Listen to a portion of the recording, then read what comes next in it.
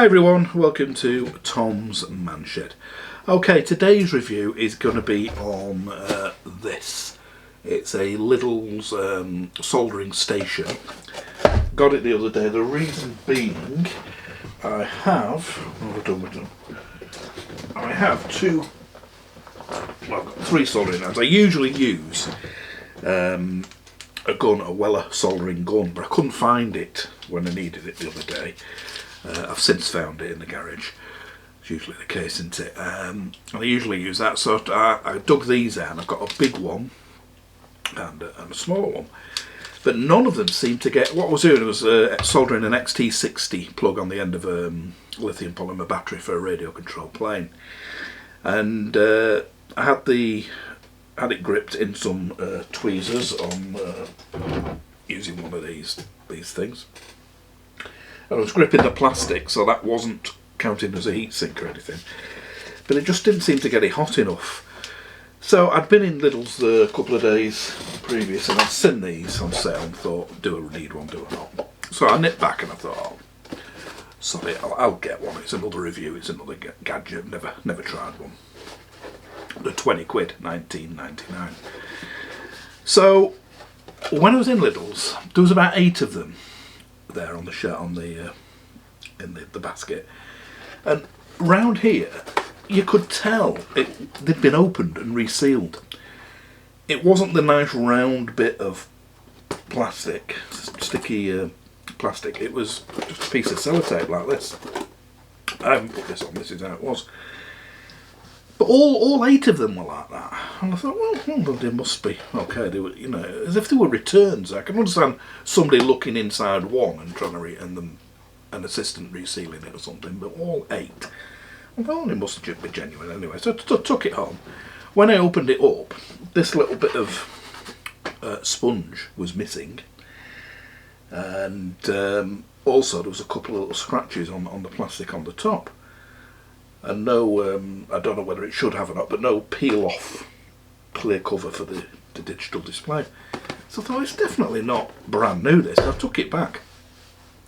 And like I said, they were all like that, so I got my money back, $19.99. Now, I've got another Lidl's near me as well, just a couple of miles in the opposite direction, a much bigger store in Polton le Files, so I went to that one. Same story there. They had about 6 there, all of them like that. So I don't know what it is. For some reason, all of them in my 2 little stores look to have been opened and resealed. But they're there on sale. They've got the 3-year warranty, blah blah blah. So I thought, well, it's either just don't get one or get one. So I got one. I opened it up in the store this time to check everything was in there, and it was. There wasn't any scratches on it, and the sponge was there. I have since lost the sponge. I tidied my man shed up yesterday, hoovered it and everything, shampooed the carpet, and I think I might have hoovered it up somewhere. But anyway, it's only a piece of sponge, I'll explain that later. So yeah, got it home, it all works fine. So it's worth looking out for if they are in your local branch. I don't know whether it's anything just my 2 local branches or just Lancashire and North West England or something like that, I don't know. But if it's nationwide, it's worth checking. This, I don't know, I've never seen 8 of them all just stuck together with sellotape by Lidl's before. But anyway, so that's by the by. So I'll go through it now, and I'll give you a full sort of demo and explanation what it does. I have used it, and it seems pretty good. Also, while we're on about soldering, I'll do a quick review on this. I've had this about a few months now. I mentioned it in the other video, why I like Lidl's tools. You'll see a quick mention in there, but I didn't give it a proper review. So it's a little tiny rechargeable precision soldering iron. I'll show you that as well. Just tag it onto the end of this. So without further ado, I'll show you what you get in the box, and I've not done an unboxing, a proper unboxing. They're out of the box now and everything, no need for that. But I'll show you what I get, I'll show you it plugged in, and we'll go through how it works. So straight into that now. Okay, so it's actually easier to show you the close-ups here I'll show you in use with an aerial view, but it's easier to show you the close-ups here. So this is your base unit. This plugs straight into the mains. You've got one wire going into the mains, one wire going to the actual soldering iron. The wire going to the mains comes with a UK plug, is 1.5 meters. The wire to the soldering iron is 1 meter. Comes with these two little reels of solder. One's slightly thicker than the other, when you can see them there, and also two different tips. Got a one like that, and a slightly coarser chamfered one for more sort of precision work. I'll just put that back. Just bear with me, off camera.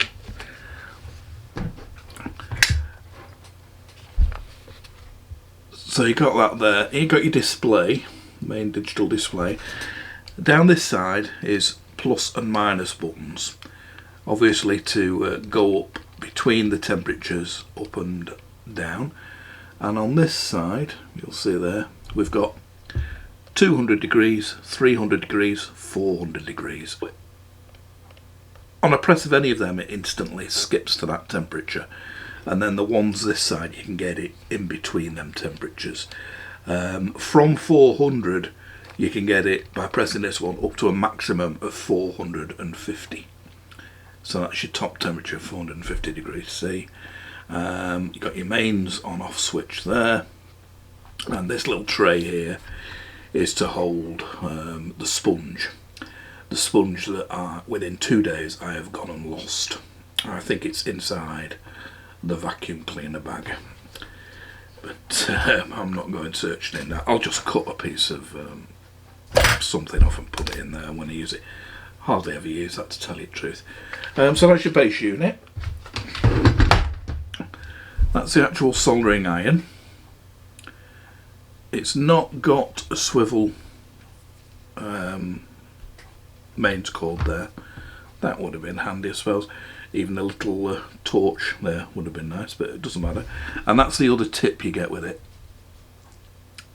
like a screwdriver type tip. Not the most brilliant quality tips, but they do unscrew, so you can swap them quite easily. And I would imagine spares will be available from Lidl if you ever need any. So that's the tip there. And you get, on the earlier ones of these, I have noticed these in Lidl's before, and on the earlier ones it was an attached sort of like spiral thing like this to hold the soldering iron, the hot soldering iron. Well, on this it's a separate little receptacle, and you can hear there's like a weight in the bottom of that. It's quite a hefty thing, and that sits on the table, and then your soldering iron plugs in there, and it's held in mid-air. There's nothing obviously coming out the bottom. It's surrounded with metal there with holes to let the heat out, and there's nothing plastic it can touch at all when it's plugged in there. So that's a better idea actually, because you can position that any way you like instead of having to put it back on the base unit.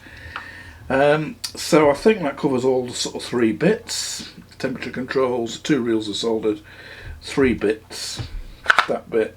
Like I said, mains lead to the mains plug 1.5 meters. This lead from the base unit to here, just over 1 meter. Right, we'll get it plugged in and turn it on. I'll reposition the camera, and you'll just see digital display and it coming up, and then I'll just show you soldering a bit of wire or something like that. Okay, so this is it. We're all plugged in and ready to go. I'm starting from stone cold. I'll show you touching that. It's absolutely stone cold. So as we turn on there, I'll just zoom in, and as you can see, it's now starting to heat up. This is in real time. up to 200 degrees. You'll see up here the little arrow there opposite 200, so this is where it starts off at 200 degrees, so it's up to 34 now.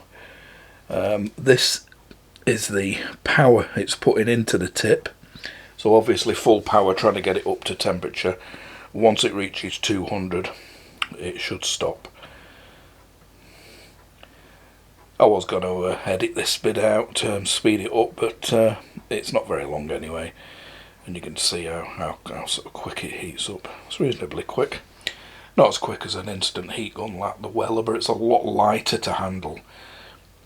I do like the Weller instant heat guns and stuff like it, but because all the transformer and that is in the actual handpiece that you're holding, it is quite heavy, and you've got to keep your finger pulled on the trigger. Whereas this, it's a lot lighter and there's no trigger to pull. Okay, so it's now reached 200. As you can see, the power indicator has gone off. Temperature's reading at 200. Now if I press this button here, let's reposition that. This middle button here, it says 300.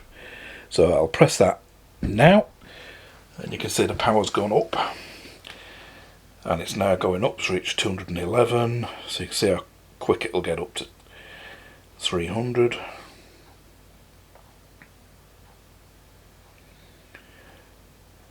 I sort of tend to use it on maximum, really. Things always seem to need maximum heat to get the old solder out and the new solder in, the things I'm doing. The lower heats would be for more precision work on circuit boards, but I'd use the little tiny soldering iron rechargeable one that I'll be showing you shortly for that. So that's it up to 300 degrees, and the power's gone off again. And again, these buttons on the left, these are plus and minus. You can get it between them. Each time you press it, it goes up in 10-degree increments. So again, down to 300. If we press the 400, that will shoot up to 400 degrees.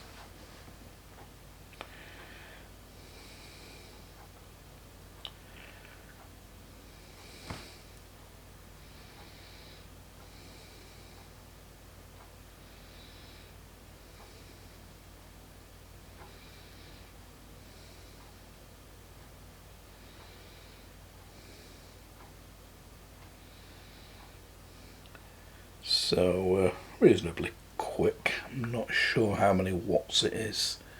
I think it's about 40. Is it 40 watts, something like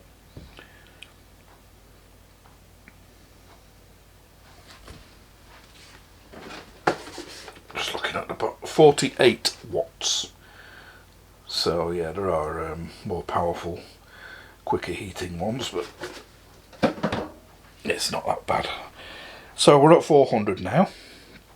And again, up, oh, sorry, that's down. We can go up a bit further, and so on. Now, the one good thing about these that hadn't occurred to me before, these electronic digital soldering irons, is this power indicator. As you can see, it's reached 410 degrees now, and the power indicator has gone off, so it's just maintaining a temperature of 410. But what I'm going to do now, hopefully you can still see it, it's just topping itself up again now, and then it'll go back down. But what I'm going to do is, and hopefully you can still see that bar.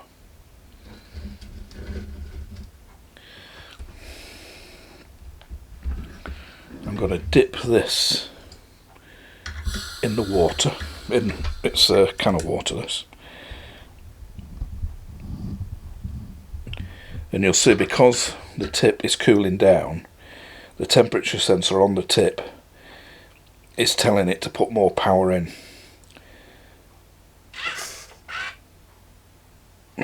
That noise was the air freshener in the room, by the way. So it's putting more power in there now, getting it up to temperature. When I pull it out of the water,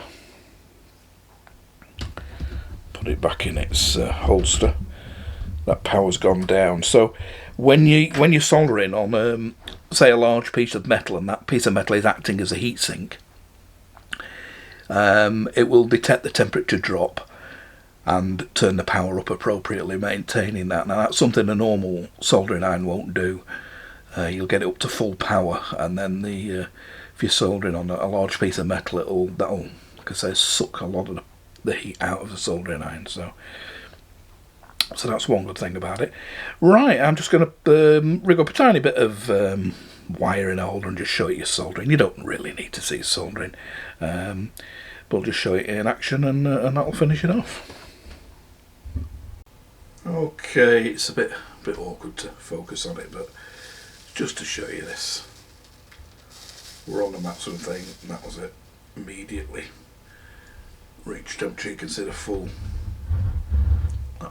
wire is now soldered. That was on 450. Obviously easy to do that because it's just wire hanging in mid-air. There's nothing supping the heat out of it. But yeah, so that's a soldering iron in action. I'll go now into a little review on the other small one I said I'd got, and then we'll go on a quick head-to-head follow-up and review. Okay, so that's it. That's the review on this one anyway. I'm just going to do a very, very quick additional thing squeezed in the end, but yeah, it seems to work fine. I'll just get myself a little bit of sponge. I pointed out one of them pan scrub things. Obviously you wouldn't use the yellow sponge on that because it's plastic sort of base and it just melt. So I'd just use the rough side, or I usually use a bit of steel wool, or you can get some like a little jar that holds a brass sort of spirally thing that's better. But I've lost the sponge, it doesn't really matter. But the soldering iron itself seems pretty good. I've looked online, I've looked on Amazon. There's some very nice looking high-tech ones with beautiful displays and that, but a lot more money as well. There was a Draper one for even more, £21 I think, which just had a variable temperature thing, didn't have a temperature readout, didn't look anything as good as this one. And again, 3 years warranty with Lidl's. That's the main thing that matters to me with Lidl stuff. Whether you like it, a lot of people say it's crap, which it definitely is not. Yeah, like I said before, it's not at higher echelons of some of the famous makes, but you get a 3-year warranty, so you just can't go wrong. It can break down just under 3 years and you get your money back or a replacement. So yeah, so that's that. Now, like I said, I did buy don't know, a few months ago, this rechargeable soldering iron from Lidl's, and again it's pretty good. I can't remember how much it was. I think it's under a tenner. I think 10 to 12 quid, something like that, I think. But like I say, I've had it a few months, but I never got around to doing a review. I only briefly mentioned it in the Why I Like Little Tools video. So what you get with it is you get the soldering iron itself. It's the spec is it's 3.6 volt, 1.5 amp lithium ion battery, maximum temperature 470 degrees, so actually 20 degrees more than its big brother. So even for precision work, you obviously need high temperature. Heat up time 25 to 35 seconds, and working period approximately 60 minutes. Now I can sort of vouch for that. I have used it for about that long, but the good thing is, as well as that, you get a little base stand, and as you can see on the base stand is a USB, micro USB bit sticking out there, and the charging socket is there on the front. So when you put it in, that is acting, press that down, that is acting as a stand so that the hot tip is insulated, it's not touching anything in there, and it's recharging. If I plug it in now, just bear with me, you get a little USB charger with it as well, or you can plug it in the USB of your PC. I'm plugging it in my phone charger, and as you can see, the little light has come on there. Take that off, push it down, and it's on charge. So between you using it, keep it on this stand, it keeps the battery topped up. Or you could just plug that lead straight into the front of the charger, but obviously that's the easiest way. It's the stand and the recharging stand. So you get that with it. You get some 1mm thick solder, and you get some 1.5mm thick solder. So that's all the bits you get with it. Like I said, the wall socket, 600 milliamps, or 0.6 of an amp, which is ample for charging this battery. It's only a small amp. Well, it's 1.5 amp battery, so you could charge it with a 1.5 amp wall charger. That's still only charging it at the same capacity, 1C, as the battery, so it shouldn't do it any harm, and it would charge it twice as quick. So on soldering iron itself, you've got an on-off switch there. That's in focus, just check. Yep, and then you've got the trigger to turn it on and off there. So you turn it on with that, and then you hold the trigger to turn it on. And when it's on, you've got a pretty bright LED light on the front. Bit hard to show you, but definitely of use in the darkened corners of your unit. And you can tell then from just that little bit of holding it, it heats up very, very quickly. It's melted the solder now. I remember when I was an apprentice gas engineer straight from school in 1975, they had rechargeable soldering irons then, so they're not a new idea, but they were much bigger, obviously running on NiCads, not lithium polymer, and they lasted about 5 minutes. That was it. It's only soldering you got out of it, and then they took a lot longer to charge up. So yeah, for what it is, tiny work. You know, for working on, say, circuit boards or modelling or something like that, railway modelling, radio control modelling, absolutely ideal for that. And again, good value, works really well. So if you see one of them in Lidl's, again, worth getting. Conjunction of one of them and the big one I've just shown you together should cover most soldering jobs. Anything after that, you'd probably be better like with a mini blow lamp, tiny blow lamp, precision blow lamp, and for obviously for pipe work and things, just a normal blow lamp. So I hope that has been a help. Couple of little things to look out for next time you're in Lidl's. I shall keep the reviews coming. I'm going to be featuring not a tool review but a model. I've nearly finished it. You may be able to see it in the background there. So zoom in the background there under that avatar picture, if you like. See if you can guess what science fiction TV series from the 70s. Yeah, 70s it was. That is from it. I printed it ages ago on my 3D printer, but I'll be doing a little show of that, just a few seconds. Show you what that looks like soon.